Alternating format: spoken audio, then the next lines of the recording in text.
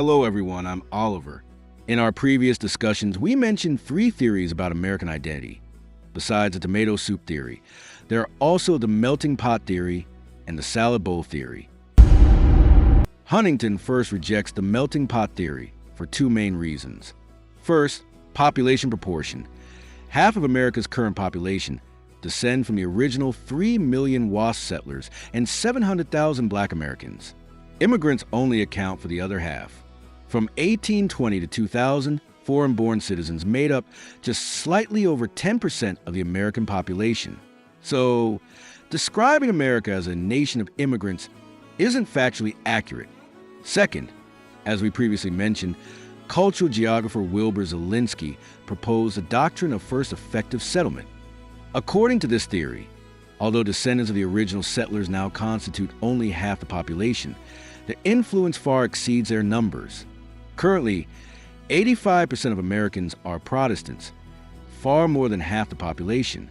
This demonstrates the original settlers' effective cultural assimilation and influence on immigrants.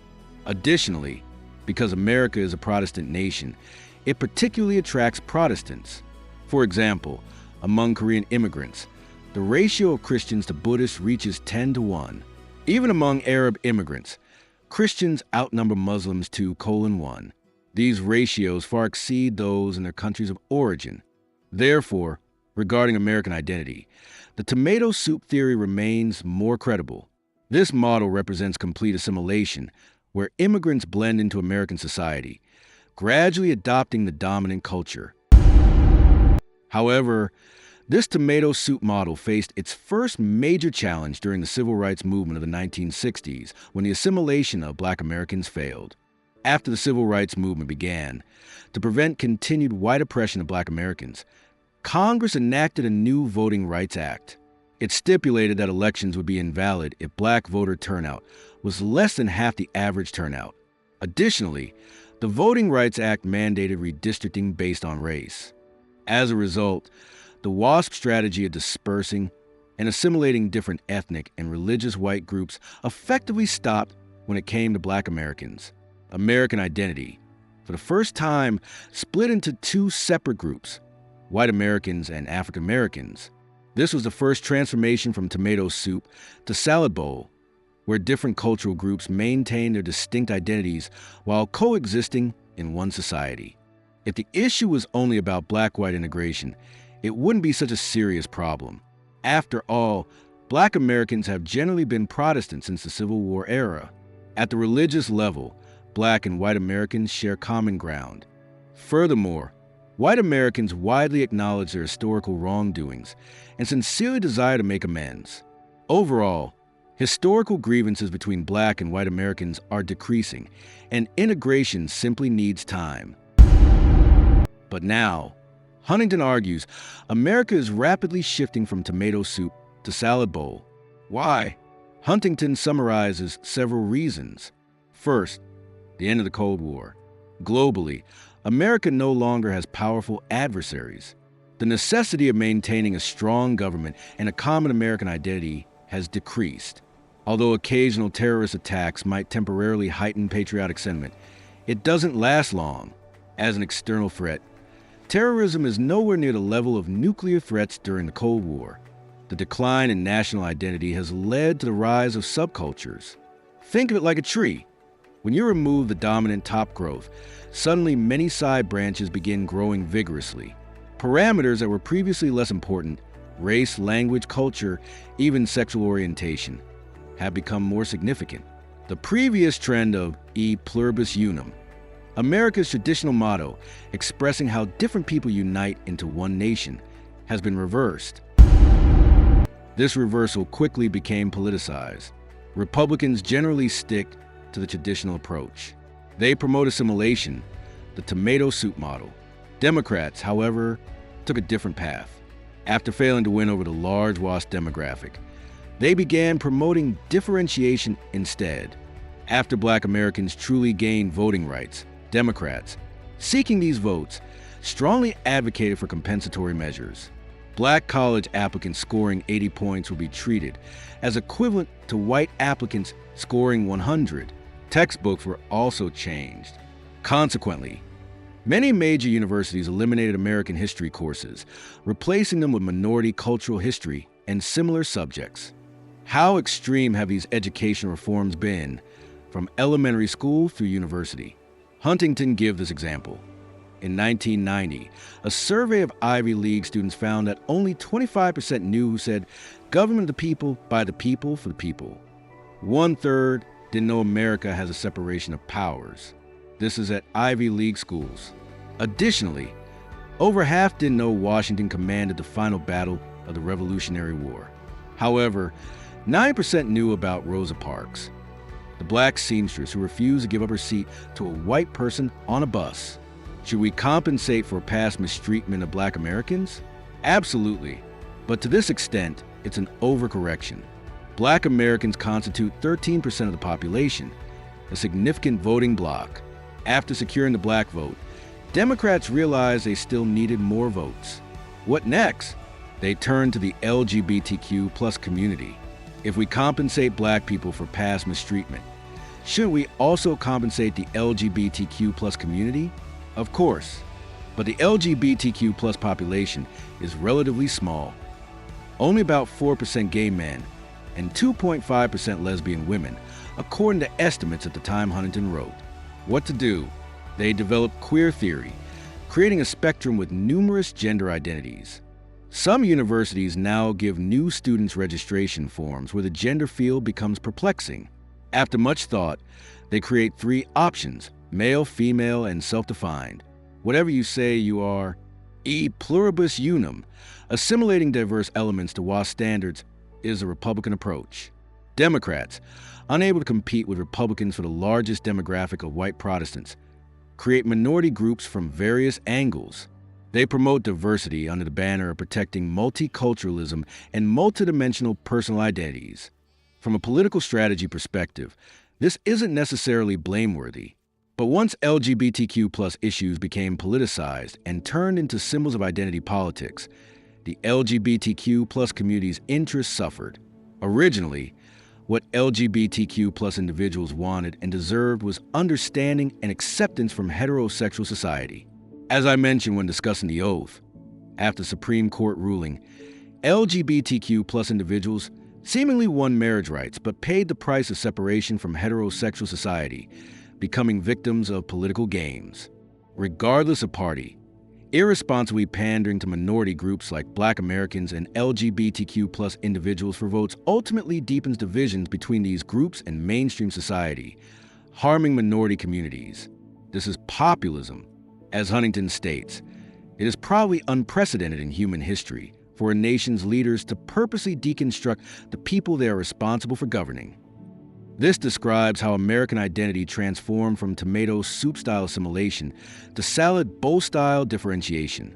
The reasons include the end of the Cold War, weakened national identity, and unscrupulous politicians exploiting these trends. They slice the electorate along multiple dimensions, exacerbating social divisions, damaging Americans' shared identity, and harming minority groups' interests. Beyond these 2 reasons, Huntington cites globalization as a 3rd factor. Globalization differs logically from politicians deliberately creating group divisions for votes. Since globalization inherently transcends national boundaries, it tends to deny national identity. In this regard, Huntington uses Ford Motor Company as an example. When Ford's primary customers were domestic, they could be patriotic. Now, with larger overseas markets, they're reluctant to display the American flag, fearing negative reactions from foreign customers. Since America drives globalization, many people work for multinational corporations. Huntington estimates that around 20 million white-collar workers fall into this category. These individuals are referred to as Davos men. Global elites who attend the World Economic Forum in Davos, Switzerland, and typically prioritize global interests over national concerns. Finally, Huntington argues that the current predominant immigrant group, specifically Mexican Americans, is particularly difficult to assimilate. Why? Several reasons. First, while many South American countries have large percentages of their populations in the U.S., Jamaica has an astonishing 23% of its citizens living in America, while Mexico has only 9.4%. Mexico's population base is so large that 1/10 of its national population moving to America represents an enormous number. This explains how a soccer match in Los Angeles could feel like a home game for the Mexican team. Second, these Latino immigrants live in concentrated communities, not integrating with the Native American population. Initially, after Castro took power in Cuba, he sent his opponents, criminals, and even intellectually disabled and mentally ill individuals to America by the boatload. America had no choice but to allocate part of Miami to accommodate these Cubans. This created a bridgehead for Latino immigrants and undocumented immigrants. As Latino immigrants congregated, learning English became unnecessary. Local politicians were pressured to provide bilingual education. Store signs and even ballots had to be printed in both English and Spanish. In Miami, finding a job knowing only English became more difficult than knowing only Spanish. English became a foreign language there. Third, historically, places like California, Arizona, New Mexico, and parts of Texas were acquired from Mexico through the Treaty of Guadalupe Hidalgo in 1848. The Mexican immigrants don't see themselves as newcomers to a foreign land. Instead, many feel they're returning to territory that once belonged to their ancestors. It's not immigration, it's homecoming. This mentality further complicates integration. Fourth, Latinos are predominantly Catholic, believing poverty is a ticket to heaven after death. This sharply contrasts with the Protestant belief that hard work proves divine grace. Protestants consider accepting welfare shameful. Mexican Americans don't share this view. Recently, Mexican Americans across the country held demonstrations asking why undocumented immigrants don't receive food stamps. Many Americans find this difficult to understand. Fifth, the growing Mexican American population has caught Democrats' attention. While Trump wanted to build a wall, Democrats advocated eliminating the U.S.-Mexico border. To win these voters, Democrats again deployed multiculturalism and multiple identity narratives, strongly promoting bilingual education and citizenship for undocumented immigrants. They've already tasted success in this area. California was once a deep red Republican state, but after granting citizenship to millions of undocumented immigrants, it became a solid Democratic stronghold. To summarize, Huntington believes that since America's founding, it has followed the tomato soup model, using WASP culture as a base to assimilate immigrants of different races and religions. However, in the 1960s, it encountered its first failure in assimilating Black Americans. With the end of the Cold War and the rise of globalization, national identity generally declined. Democrats, seeking votes, relentlessly divided mainstream American society and culture along multiple dimensions: race, skin color, sexual orientation, religion, culture, which intensified social divisions and created confusion about American identity. In recent years, the concentrated influx of Mexican immigrants has accelerated America's transformation from tomato soup to salad bowl. Can America's trend toward becoming a salad bowl be reversed? Huntington seems pessimistic. A nation with such racial and cultural diversity cannot maintain identity consensus through ideology alone. In other words, the Constitution's "we the people" is insufficient, and white supremacy, let alone Anglo-Saxon supremacy, is completely unviable. The remaining path lies in Protestantism. This explains why Russell Kirk repeatedly emphasized religion's importance. From Reagan to Bush to Trump, traditional Republicans increasingly rely on religious power, especially evangelical support, to win elections. This exposes signs of deterioration and polarization in American politics. The former social mainstream, moderate, secular Republicans who could gain religious people's approval while effectively communicating with liberals, like Justices O'Connor and Souter, has now been marginalized. Kirk confidently believed that if faith in God remains, America will be fine. But Huntington doesn't seem so optimistic. Who are we? Ultimately end with a question mark. In our next book, we'll discuss Russell Kirk's The Roots of American Order.